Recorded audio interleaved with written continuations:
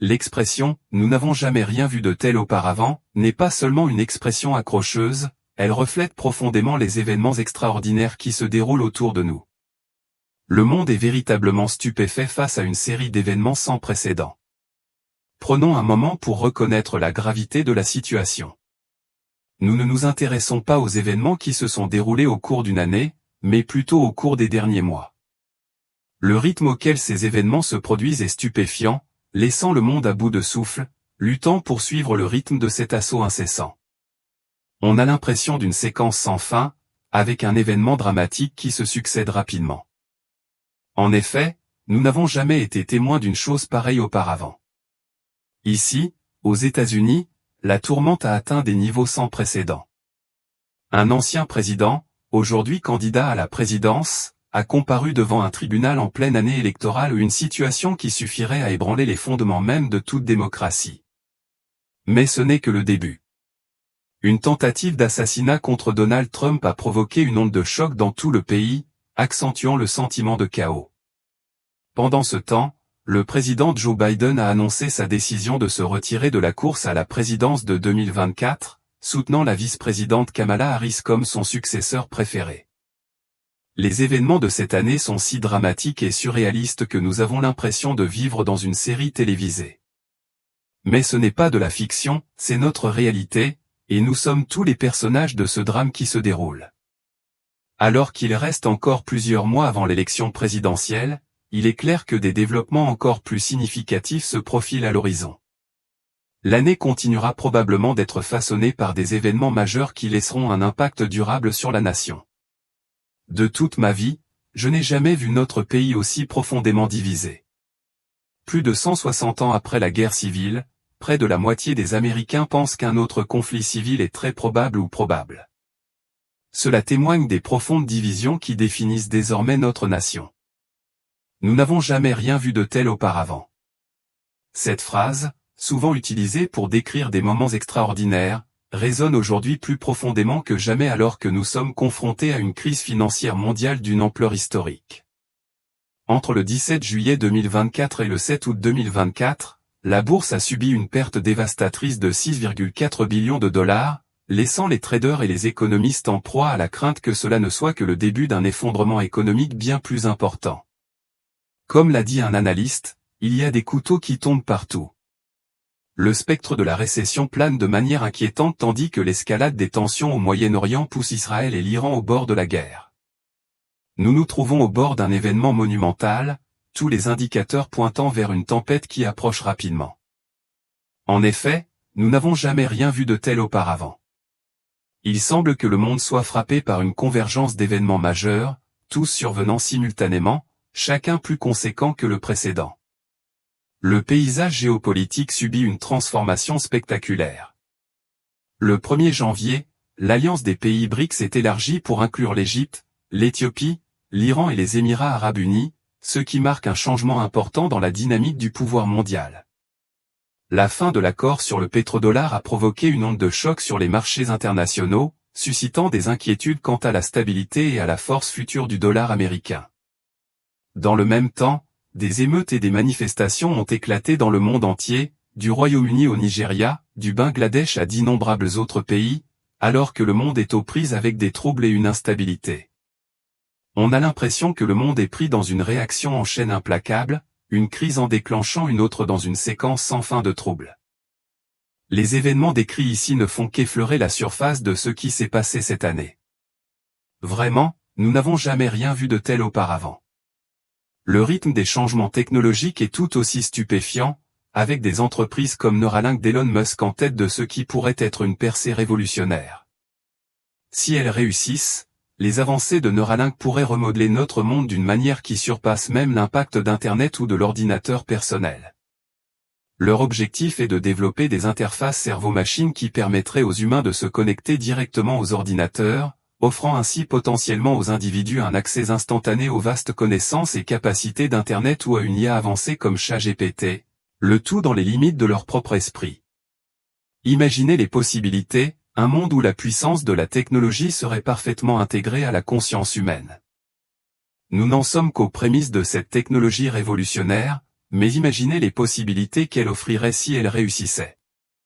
Et si un jour, les gens implantaient volontairement des micropuces dans leur cerveau, ce qui multiplierait considérablement leur productivité par 10, voire 100? Et si ce bond technologique permettait aux individus de tripler ou de quadrupler leurs revenus et leur salaire? Même si cela peut sembler relever de la science-fiction, à mesure que cette technologie se démocratisera, cette perspective deviendra de plus en plus attrayante. Les gens verront ceux qui les entourent réussir sans précédent et seront de plus en plus nombreux à vouloir franchir le pas. En effet, nous n'avons jamais rien vu de tel auparavant. Mais ce n'est pas seulement la technologie qui remodèle notre monde, les catastrophes naturelles laissent une trace sans précédent sur la planète. Prenons l'exemple des feux de forêt catastrophiques au Canada. Ces incendies ont balayé de vastes étendues de forêt, déplaçant des milliers de personnes et affectant gravement la qualité de l'air en Amérique du Nord. Pendant ce temps, des inondations sans précédent en Europe, du Royaume-Uni à l'Allemagne, ont submergé des communautés entières, provoquant des ravages à grande échelle dont il faudra des années pour se remettre. Et la liste ne s'arrête pas là. Au cours des derniers mois, nous avons été témoins de vagues de chaleur records aux États-Unis et en Europe, d'ouragans dévastateurs dans l'Atlantique et de typhons catastrophiques dans le Pacifique. La crise climatique mondiale n'est plus une menace lointaine, elle est devenue une réalité présente et indéniable. On ne peut s'empêcher de se demander si ces événements sont le signe d'une intervention divine. Dieu alerte-t-il le monde, lui signalant que ce sont les signes des temps? Nous n'avons jamais rien vu de tel auparavant. Alors que nous nous trouvons à ce carrefour crucial de l'histoire, il est essentiel de reconnaître la profonde signification de ces événements. Il ne s'agit pas d'incidents aléatoires ou isolés, mais d'un ensemble plus vaste de changements et de bouleversements qui transforment le monde. Nous vivons une époque de transformation rapide et souvent bouleversante, où les certitudes de longue date sont remises en question et où de nouvelles possibilités émergent. Face à des changements aussi monumentaux, il est tout à fait naturel de se sentir dépassé par l'ampleur de la situation. Le monde évolue à un rythme effréné, ce qui rend difficile la compréhension, et encore plus difficile le suivi. Pourtant, au milieu de ce tourbillon de changements, il est essentiel de rester ancré et concentré. Nous devons nous rappeler que nous ne sommes pas seuls face à ces défis. Nous pouvons compter les uns sur les autres et, plus important encore, nous pouvons compter sur notre foi pour nous guider à travers ces temps turbulents. Mon message pour vous aujourd'hui est simple mais crucial, ne vous laissez pas distraire par les événements qui se déroulent autour de vous. Ne laissez pas les changements rapides du monde, les marées changeantes de l'histoire ou les gros titres incessants de l'actualité détourner votre attention de ce qui compte vraiment. Il ne serait pas exagéré de dire que d'autres événements historiques sont susceptibles de se produire cette année. Mais je vous en supplie, ne vous laissez pas distraire.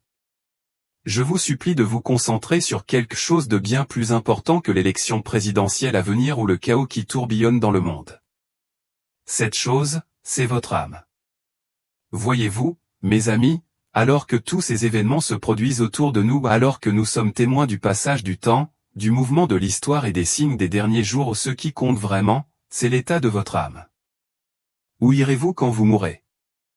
Il est trop facile de se laisser emporter par le flux incessant des nouvelles du monde, de se perdre dans une série de vidéos sur la politique ou de se laisser submerger par les luttes quotidiennes de la vie. Il est facile d'être consumé par le besoin de mettre de la nourriture sur la table, d'aller travailler et de gérer l'école. Il est facile d'avoir l'impression que vous essayez simplement de garder la tête hors de l'eau au milieu des soucis et des préoccupations de cette vie.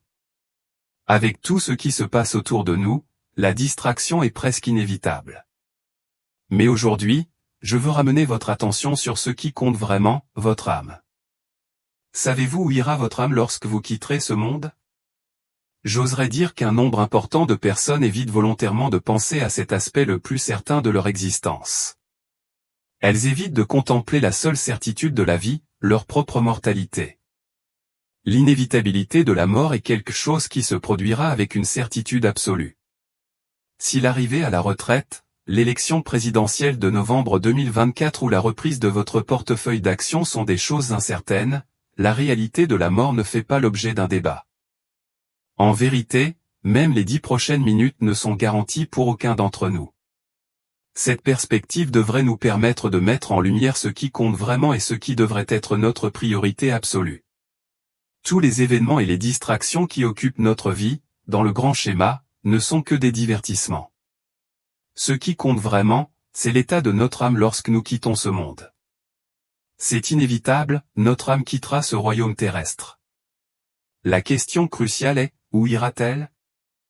Beaucoup de gens se mettent la tête dans le sable, se concentrant sur tout sauf sur la vérité la plus certaine de leur vie, ils ne seront pas toujours ici sur terre. C'est comme s'ils se laissaient volontairement distraire par des choses qui, en fin de compte, n'ont pas d'importance significative. Pourquoi font-ils cela? C'est une excellente question. La réponse réside souvent dans le malaise que ressent leur conscience. Les gens savent au fond d'eux-mêmes qu'ils ont offensé un Dieu saint, et cette prise de conscience peut être accablante. Leur conscience leur dit qu'ils sont condamnés devant un être infini et éternel. C'est pourquoi beaucoup choisissent la distraction plutôt que la réflexion sur leur destinée ultime. Qui veut affronter la vérité troublante selon laquelle un Dieu infini pourrait être en colère contre eux? Qui désire entendre qu'un Dieu qui voit tout, sait tout et enregistre tout les tiendra un jour responsables? Qui veut faire face à la réalité selon laquelle ils ne peuvent échapper à la condamnation d'un Dieu sous le jugement duquel ils vivent et finiront par mourir? Qui veut reconnaître que le gardien divin qu'ils ont négligé et abandonné les jugera un jour? Qui est impatient d'entendre qu'ils sont des pécheurs condamnés? Qui veut se débattre avec l'idée que, bien qu'ils aient été créés par un Dieu infini, ils ne cesseront jamais d'exister? L'idée que leur punition pourrait être éternelle et éternelle parce qu'ils ont offensé un Dieu infini est intimidante. La mort, qui est souvent notre plus grande peur, devient un point focal d'évasion, car les gens se distraient de ces vérités profondes. Ces distractions se manifestent sous de nombreuses formes, divertissement, travail, médias sociaux et même des loisirs apparemment inoffensifs. Les gens s'immergent dans ces activités pour éviter d'affronter la vérité profonde et troublante sur leur état spirituel. Ils remplissent leur vie de bruit et d'agitation constant, s'efforçant de noyer la petite voix tranquille de leur conscience, qui les invite à faire face à leur réalité ultime. Cet évitement ne se résume pas à ignorer la culpabilité, il s'agit d'échapper au profond inconfort d'affronter leur réalité spirituelle. L'idée que le jugement divin les attend est si accablante que beaucoup choisissent de se plonger dans tout ce qui peut distraire leur esprit et leur cœur. De plus, notre société perpétue cette distraction. Nous sommes sans cesse bombardés de publicités, d'informations et de divertissements conçus pour capter notre attention et nous empêcher de réfléchir à des problèmes plus profonds. La pression sociale pour rester engagé dans le monde qui nous entoure s'intensifie, ce qui rend encore plus difficile la réflexion sur les questions spirituelles. Il n'est pas surprenant que de nombreuses personnes se sentent déconnectées de leur moi intérieur et du contexte plus large de leur existence. Cependant, cet évitement a des conséquences importantes. En évitant la réalité de leur état spirituel, les individus ratent l'occasion de rechercher la réconciliation et la paix avec Dieu. Ils perdent la chance de s'attaquer à la racine de leur tourment intérieur et de découvrir le véritable épanouissement. Au lieu de ressentir la paix profonde et durable que procure une relation harmonieuse avec leur Créateur, ils vivent avec un sentiment persistant d'inquiétude et de peur. Si les distractions peuvent apporter un soulagement temporaire, elles ne peuvent pas offrir une paix durable.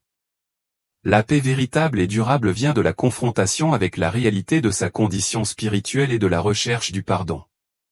Cela nécessite une volonté d'écouter sa conscience, de reconnaître ses défauts et d'accepter la grâce qui est disponible.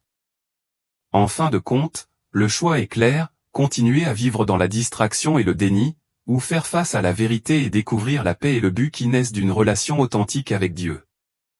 Ce chemin n'est pas facile, mais c'est celui qui mène au véritable épanouissement et à la joie éternelle. Chaque âme doit considérer ce chemin, car les distractions de ce monde finiront par s'estomper, ne laissant que la réalité de notre état spirituel.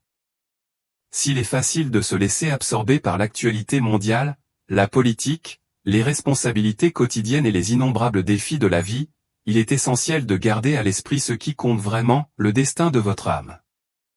Je vous exhorte à réfléchir à l'endroit où votre âme ira lorsque vous quitterez ce monde. Bien qu'il puisse être tentant de se perdre dans le train-train quotidien et les préoccupations de la vie, n'oubliez pas que le destin de votre âme est de la plus haute importance. Posez-vous cette question essentielle, savez-vous où votre âme se dirige après cette vie? Concentrez-vous sur la recherche de réponses qui vous apporteront paix et clarté. Certaines personnes sont sceptiques quant à l'idée que nous vivons dans les derniers jours. Ils rejettent cette idée, soulignant que les chrétiens proclament ce message depuis des milliers d'années, mais que la vie semble continuer comme d'habitude. Ce scepticisme n'est pas nouveau, il était même présent aux premiers jours du christianisme. L'apôtre Pierre a abordé ce sujet dans 2 Pierre 3, 3-4, où il a averti que dans les derniers jours, des moqueurs apparaîtraient, poussés par leurs propres désirs pécheurs, se demandant, où est la promesse de son avènement? Depuis que les pères se sont endormis, tout demeure comme dès le commencement de la création.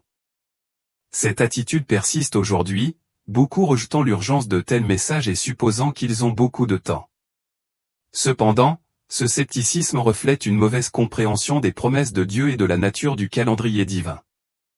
Oui, les chrétiens proclament l'imminence des derniers jours depuis des siècles, mais cela ne nie pas le message. Le sens du calendrier de Dieu n'est pas limité par les attentes humaines.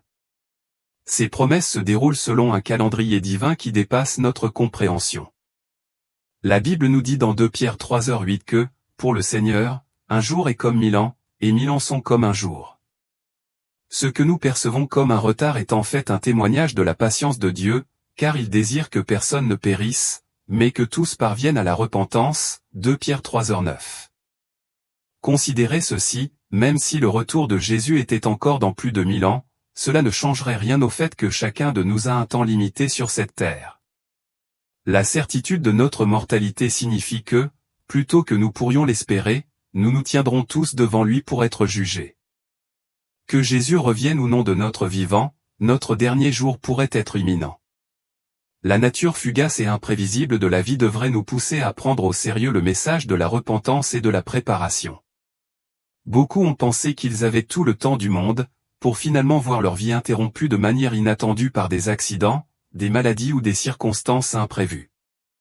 Ces événements nous rappellent continuellement notre mortalité. Jacques 4h14 résume bien cette réalité. Qu'est-ce que votre vie? Vous êtes une brume qui paraît pour un peu de temps, puis qui disparaît.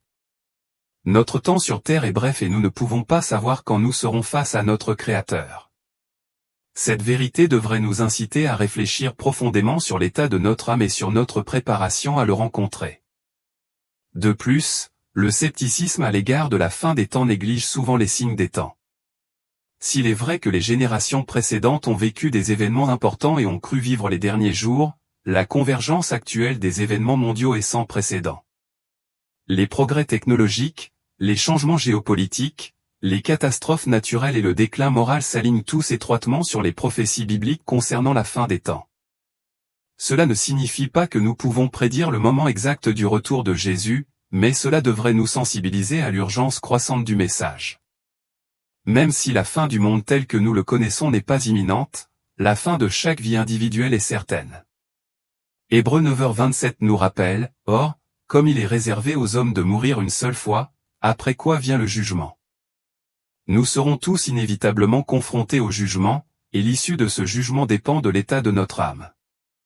Sommes-nous vraiment prêts à rencontrer Dieu? Avons-nous accepté son offre de salut par Jésus-Christ? Telles sont les questions cruciales auxquelles nous devons faire face, quelle que soit la date à laquelle les derniers jours pourraient arriver. Ignorer la réalité de notre mortalité et la certitude du jugement, c'est se laisser aller à une forme dangereuse d'auto-illusion. Les distractions de ce monde, que ce soit le travail, les loisirs ou les responsabilités quotidiennes, peuvent facilement nous amener à négliger l'aspect le plus important de notre existence, notre relation avec Dieu.